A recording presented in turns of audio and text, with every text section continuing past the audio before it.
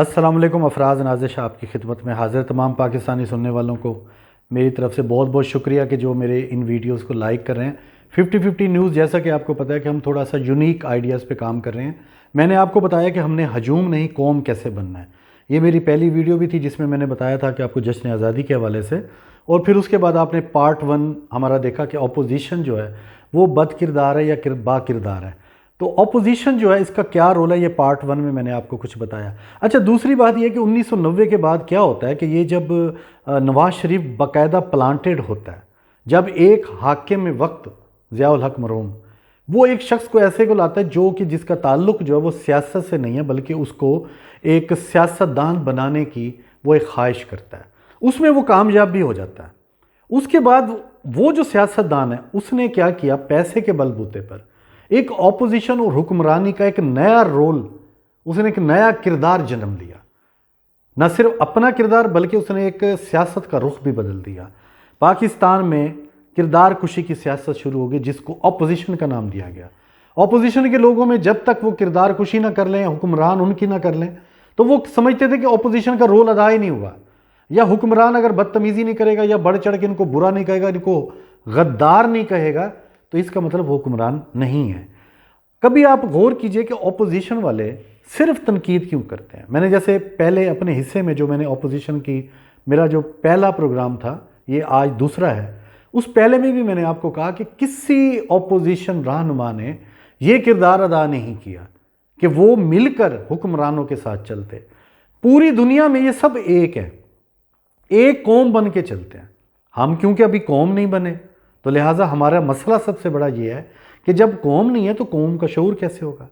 तो हुक्मरानों ने और अपोजिशन ने मिलकर आपको, पूरी कौम को तालीम से दूर रखा, आपके जो हकूक़ है उनसे दूर रखा।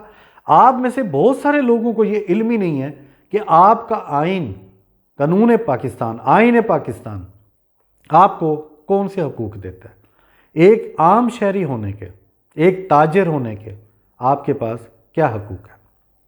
ये मसला सिर्फ उन्होंने तालीम ना देकर ये सारा मसला हल कर दिया। आप लोगों के पास शऊर ही नहीं है। आपको ये नहीं पता कि मैंने सियासतदान से बात कैसे करनी है। आपको ये नहीं पता कि ये डिप्टी कमिश्नर जो है, MP MNA जो है, ये हमें जवाब दिया। आपको ये नहीं पता मैं अपने हकूक़ के लिए कौन से इदारे में जाऊँ। आपको एक आम सा क्लर्क आराम से मिसगाइड कर देता है। आपको वो ये कहता है कि जनाब ये फ़ाइल ऐसे नहीं होगी, ये काम ऐसे नहीं होगा, तो आप वापस आ जाते हैं। तो ये मामलात कभी भी आप बैठ के सोचिए कि ये सोची समझी स्कीम थी कि आपको कभी आपके हकूक़ का पता ही ना चलने दिया जाए। फिर ये किरदार कुशी पे आ गया। बेनज़ीर का किरदार असैसिनेशन होती है, कैरेक्टर असैसिनेशन। फिर नवाज शरीफ, उनको कहा गया। फिर ये लोग आपस में लड़ते झगड़ते, दो जमाती निज़ाम पे हमें पूरी कौम को 40 साल लटका दिया गया। एक ज़माना बेनज़ीर का, फिर नवाज शरीफ का, फिर बेनज़ीर का, नवाज शरीफ। आप में से किसी को ये एहसास ही नहीं हुआ कि ये लोग कौन सी गेम खेल रहे हैं। तो हकीकत ये थी कि ये सब आपस में एक थे। ये अंदर खाने सियासतदान, इनके लेबल बदले हुए थे, सियासी जमातों के झंडे बदले हुए थे, इनके एजेंडे बदले हुए थे, लेकिन बैक डोर जो पॉलिटिक्स थी उसके अंदर सबका एजेंडा एक ही था कि ये एक टिनोर तुम करो, अगला टिनोर मुझे दो। और इसके पीछे ये हुक्मरान क्यों बनते थे? इनके पीछे सिर्फ़ और सिर्फ पाकिस्तान का ख़जाना लूटने का मकसद होता था। ये लोग कभी भी आप लोगों पे ख़र्च नहीं करते थे। अगर आप लोगों पे ख़र्च किए होते तो आज सिंध में जो कुछ हो रहा है ये आपके सामने ही है। तो इन लोगों ने यहाँ से आपको इस मिसयूज़ किया, पूरी कौम को इस मामले पे लगा दिया, ये बुरा है वो बुरा है, ये लूट गया ये खा गया। वो आता था वो कहता था पहले वाले लूट गए, ख़जाना खाली है। वो दूसरा आता था वो कहता था ये ख़जाना खाली कर गए। तो आप लोगों को असल हक़ाइक़ से दूर रखा गया।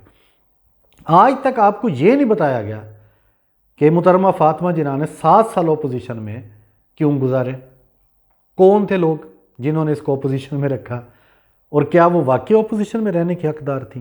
क्या उनका सियासी असर रसूख किसने कम किया, क्यों कम हुआ?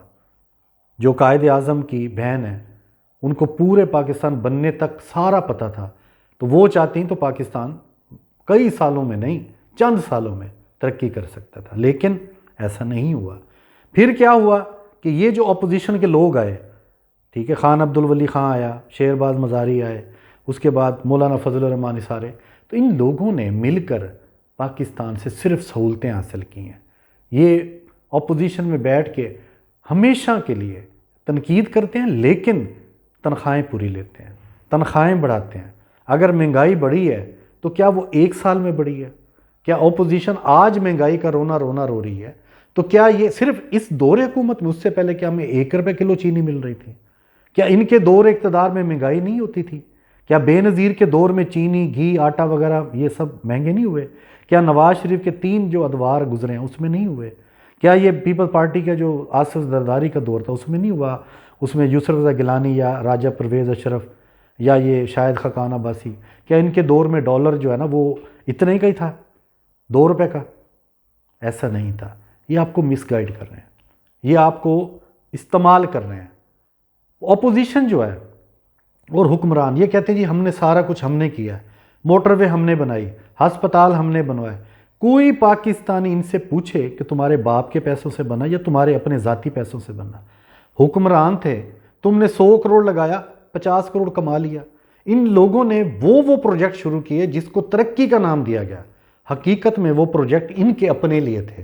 क्यों? उसके अंदर करोड़ों नहीं अरबों रुपए की करप्शन थी। वाइट कॉलर क्राइम जो लफ्ज़ आपने सुना होगा, आप इसको ज़रा तहकीक कीजिए, पढ़े लिखे भाइयों से मेरी गुजारिश है, तो वो लोग समझ सकेंगे कि वाइट कॉलर क्राइम के अंदर सबसे ज़्यादा पॉलिटिक्स इन्वॉल्व है, पॉलिटिशियन इन्वॉल्व है, सियासतदान इन्वॉल्व है, इसके अंदर सनतकार इन्वॉल्व हैं। ये मिल के फ़ायदा उठाते हैं। ये टैक्स चोरी कहाँ से होता है? बग़ैर सियासतदानों के टैक्स चोरी नहीं हो सकता। आज आपका वज़ीर ख़जाना, ये सारे लोग सही हो जाएं, इनके इदारे ठीक हो जाएं, एक शख्स भी इसको वो नहीं कर सकता, ठीक है। लेकिन यहाँ पर हुआ, और क्यों हुआ और कब से हुआ ये अभी भी आप सुन रहे हैं। ऑपोजिशन है, ये लोग अभी भी यही कह रहे हैं कि जी हमने ये प्लान किया, अभी इमरान खान कर रहा है। आप ये देखिए कि एहतसाब लाजमी होना चाहिए। हुक्मरान होता है चाहे जो भी हो, उसका एहतसाब होना चाहिए, इसमें कोई दो राय नहीं है। जो भी हुक्मरान गुजर गया उसका भी होना चाहिए, जो मौजूद है इनका भी जब वक्त है उनका भी होना चाहिए। और अपने कानून का मजाक मत उड़ाएं, अपने आइन का। उसके अंदर 5 साल का अगर किसी को हक हासिल है, वो वोटर जो इज्जत मांग रहा है, जो आप कहते हो जी हमने वोटर को इज्जत देनी है, ठीक है, तो वो लोग आपके जिन्होंने इनको हुकूमत में आने के लिए वक्त दिया, वोट दिया, तो आप उनको कह रहे हो कि जी वो 2 साल बाद हुकूमत बदल जाए। क्या आप ये उनको इज्जत दे रहे हो? ये अपोजिशन का किरदार है? क्या सिर्फ तनकीद करनी है? अगर मेरा एक सवाल है, अगर नवाज शरीफ के पास, शहबाज शरीफ के पास या आसिफ जरदारी या मौलाना फजल रहमान के पास अगर कोई एक्सपर्टीज़ हैं, इन्होंने एक बहुत अरसा 20, 30, 40 साल इन्होंने पाकिस्तान की खिदमत की, मैं मान लेता हूँ एक लम्हे के लिए कि ये वाकई खिदमत करने वाले थे, इनके पास विजन था, इन्होंने पाकिस्तान को आसमान पे लेकर, अब ये अपोजिशन में है, तो क्या अब इनका पाकिस्तान नहीं रहा? क्या ये अगर चाहें तो ये अपोजिशन के ऊपर हुकूमत गिराने के लिए जितनी एफर्ट कर रहे हैं, तो उतनी एफर्ट उनके साथ मिल बैठ के काम करने पे क्यों नहीं करते? ये तरक्याती कामों में क्यों नहीं आते कि जी हमें बीच में शामिल करें? ये अपने लोगों को जहां से वोट लेकर आए हैं और उनको ये लॉलीपॉप दे रहे हैं कि जी हमें तो हुक्मरान फंड नहीं दे रहे, तरक्याती फंड नहीं है जी, हम आपको कहां से दें? ये झूठ बोलते हैं, इनको सब कुछ मिल रहा है। अगर ये इतने मुखलिस हों तो ये MNA MPA छोड़ दें, रिज़ाइन करें, अपने लोगों में वापस जाएं कि जी ये हम लोग ज़्यादती हो रही है आप लोगों के साथ, पाकिस्तान के साथ, हम लोग वापस आपके पास आ गए हैं। या ये कहेंगे जी हम तनख्वाहें नहीं लेते। आज तक पूरी असम्बली में चंद लोगों के अलावा ये सब लोगों ने अपनी तनख्वाहें विड्रॉ की। ये कायमा कमेटी के मेंबर, चेयरमैन बनते उसकी तनख्वाह अलहदा, TA DA अलहदा लेते हैं, बाहर टूर करते हैं अलहदा। इन लोगों ने कौन कौन से ऐसे जराए हैं अपोजिशन ने जो बीच में रह के इनको पैसे मिलते रहे हुकूमत से, तो ये खुश हैं, ये उस पर इतराज़। किसी अपोजिशन लीडर के मुंह से सुना है आपने कि ये लोग कह रहे हो कि जी हम लोगों को ये यानी कि पैसे वगैरह हम नहीं लेते, एहतजाजन नहीं लेते हैं? अब ये कहते हैं जी हम लोगों पे झूठे इल्ज़ाम है। वो भाई अदालत मौजूद है, सुप्रीम कोर्ट कह रही है एक शख्स को कि तुम माफिया हो, तुमने करप्शन किया, तुम्हें सज़ा है। तो कानून तो यही बालातर होता है कि जब आप उसकी मान लें। अब आप बैठे हुए लंदन के अंदर और यहाँ पे सियासत करें, यार कितना आप बेवकूफ़ बनाओगे पाकिस्तानी कौम को। ओ भाई, आप अगर सियासतदान हो, मुल्क के लिए मुखलिस हो, पाकिस्तान के लिए मुखलिस हो, तो यहाँ पर आओ, यहाँ पे आम पब्लिक में जाओ, बैठ के बताओ कि मेरे भारत के अंदर मैंने कारोबार क्यों किया, मैंने सऊदीया के अंदर कारोबार क्यों किया, मैंने अपने बच्चों को कैसे भाई बताओ। और यही पीपल्स पार्टी और यही मौलाना फजलुर रहमान, ये ANP, यही अचकज़ई जो है, ये सारे लोग आके बताएं ना, तो आपको कारोबार चलते रहें, आपके ऊपर कोई पूछने वाला ना हो तो हुकूमत जिंदाबाद, अगर पूछ ले तो आपको ऑपोजिशन का रोल नज़र आ जाता है। तो ऐसा अब मज़ीद नहीं चलेगा। तो हमें, हमारा फ़र्ज़ क्या है कि हम इस तरह के ऑपोजिशन के लोगों के चक्करों में ना आए। अगर एक इदारे ने, सुप्रीम कोर्ट ने इमरान खान को कह दिया सादिक अमीन, तो आप भी वहीं से सनत ले लो, हम आपको भी सादिक अमीन समझ लेते हैं। हो क्या रहा है, अदलिया तक आप उसके ऊपर भी लोग उंगलियां उठा रहे हैं आपकी वजह से, दुनिया में तमाशा बन रहा है आपकी वजह से। तो मेरी ख्वाहिश है, मेरी आपसे गुजारिश है कि खुदारा ये बचकाना हरकतें छोड़ें। ये पार्लियामेंट में जिस तरह की बातें कर रहे हैं, हमारे एक गांव का आम अनपढ़ शख्स भी आपसे ज़्यादा तमीज़ वाला, तहजीब वाला लगता है। वो इस तरह की बातें नहीं करता जिस तरह आप कीचड़ उछाल रहे हैं एक दूसरे। आपको ये ज़ेब देता है कि आपकी कौम पूरी देखती है, बाहर के लोग देखते हैं। जिस तरह के मदरसों में जो बदकारियाँ होती हैं, उनकी डॉक्यूमेंट्री बना के लोग बाहर हज़ारों डॉलर में फ़रोख्त करते हैं। आपकी कौम, आपकी मिल्लत इस्लामिया, आपके पाकिस्तान पे जो हर्फ आता है, आप फ़ौज के ऊपर जिस तरह तनकीद करते हो, कौन इदारा, किस कौम के लोग करते हैं? वो मिल के चलते हैं, वो एक दूसरे को पर्दे डालते हैं। रब भी एक दूसरे के ऊपर पर्दे को पसंद करता है, लेकिन जो गलत है उसको गलत तो कहो। ये जो पटवारी, जियाले, मुतवाले बने फिर रहे हैं, और यार आप सब पाकिस्तानी हो, आप सब अपने आप को पहले पाकिस्तानी समझो, अपने आप को पाकिस्तान का खैर खा पहले बनाओ। ये जितने लीडर हैं ये आपको यूज़ करते हैं। मेरी आपसे गुजारिश है, प्लीज़ अपने आप को ये इस अजाब से निकालें, ये सियासी तौर से निकलें, पहले पाकिस्तानी बने। और ये अपोजिशन जो है, इससे भी मेरी गुजारिश है, आप हुकूमत में जो मुस्बत रोल अदा करते हैं करें। आप मोटरवे और बनाएं, आप हॉस्पिटल और बनाएं, यूनिवर्सिटीज़ बनाएं, स्कूल बनाएं, मिल के बना लें। कश्मीर के ऊपर एक आवाज़ बन जाए, फ़लस्तीन पे बन जाए। तो ऐसी क्या कबाहत है? आप पाकिस्तानी नहीं रहते? जब आप ओपोजिशन में आ जाते हो क्या आप पाकिस्तानी नहीं रहे? अब आप गद्दार हो गए, या आपका पाकिस्तान आपका नहीं रहा? यही पाकिस्तान आपका है, इसी की हुक्मरानी के ख्वाब देख रहे हो ना। अभी आप APC बुला रहे हो, फिर आप इकट्ठे हो, आप फिर मिलके एक दूसरे को कह रहे हो जी आओ हुकूमत को गिराते हैं। हुकूमत को क्या गिराना है? आपने आए मिलके, उनके साथ मिलके करें। आप भी पाकिस्तानी हो, हमारे भले का सोचो यार। ये कराची में जितना पानी हो गया, जितना पंजाब में हो रहा है, इन सारों का कोई हल ढूंढो। आपके पास एक्सपर्टीज़ हैं, आप मिलके एक दूसरे को, यार हमने ये प्लान किया था वर्ल्ड बैंक के साथ या एशियन बैंक के साथ या फलां के साथ, आप यार वो मिलके करते हैं। यार मेरे दोस्त हैं चाइना वाले, मैं उनके पास जाता हूँ, शहबाज शरीफ ये कह सकता है कि यार आप हमें मिलके करो, हम आपको हल्फ देते हैं, हम बेईमानी नहीं करेंगे। जो माजी हो गया चलो यार, हम लोगों के साथ बैठ के अपना पैसा ले हो। अगर आपने लूट ही लिया, पकड़े गए हो, तो पाकिस्तान को वापस दे दो। इमरान खान अपने लिए थोड़ी मांग रहा है, आप हमारे ऊपर खर्च कर दो। आप इनको वापस नहीं करते। अपने आज अपने इलाके में जहां से वोट लेके MNA बने बैठे हो, आप उस इलाके में अपने तौर पे अपने पैसों से कोई गली बना लो, कोई सड़क बना दो। तो क्या आपके ऊपर वेलफेयर हराम हो गई है? क्या आपके ऊपर कोई फ़र्ज़ नहीं है कि आपको सिर्फ हुकूमती फ़ंड इस्तेमाल करना आता है, बस और कुछ नहीं आता? हुकूमत का ख़जाना हो तो आप बड़े अच्छे रहनुमा हो, उसके अलावा आपका पैसा, आपकी तिजारत, आपका ज़कात, कुछ भी पाकिस्तानी लोगों पे कोई असर नहीं है। वैसे आप सैलाब आता था, आप पहुंच जाते, तो अभी भी आप ले चले जाओ, वही कौम है ना पाकिस्तानी। आप जहाँ जहाँ मसले हैं तो आप अपनी मुस्लिम लीग की तरफ से, काफ लीग की तरफ से, पीपल्स पार्टी की तरफ से कोई मौलवी हैं, उन सारे चले जाएं यार, उससे क्या फ़र्क पड़ता है? आपको कुछ छितर मारेंगे लोग।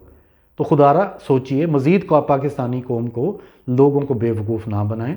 बहुत हो गया ये मजाक, अब इस मजाक को ख़त्म करें, ठीक है? और आप हमारे चैनल में हमारे साथ हैं। आपको जहाँ कहीं भी इस तरह की गुफ्तगू करनी हो, बात करनी हो, आप, हमारा व्हाट्सअप नंबर भी है, मेरे इंस्टा का, मेरा ट्विटर का, फेसबुक, ये सारे आपके पास लिंक्स ज़ाहिर हो रहे हैं हमारे 50-50 न्यूज़ के चैनल पर। आप आइए हमारे साथ मिलके, इंशाल्लाह हम इस तरह के एक यूनिक प्रोग्राम और भी करेंगे। हम आपको बताएंगे मदारस में क्या होता है, ये भी हमारा एक नेक्स्ट प्रोग्राम होगा। और हमारे फॉरेन अफेयर्स में हमारे क्या घपले हो रहे हैं, हमारे ये एम्बेसडर क्या करते हैं, हमारे बहुत सारे टॉपिक्स हैं, और इन सब पे ऐसे ही हमने बात करनी है एक पाकिस्तानी बन के। तो मेरा साथ दीजिएगा, इंशाल्लाह एक नए वीडियो, नए टॉपिक के साथ फिर दोबारा आपकी खिदमत में हाजिर होगा। अफराज नाजिश को इजाज़त दीजिए। अस्सलाम वालेकुम।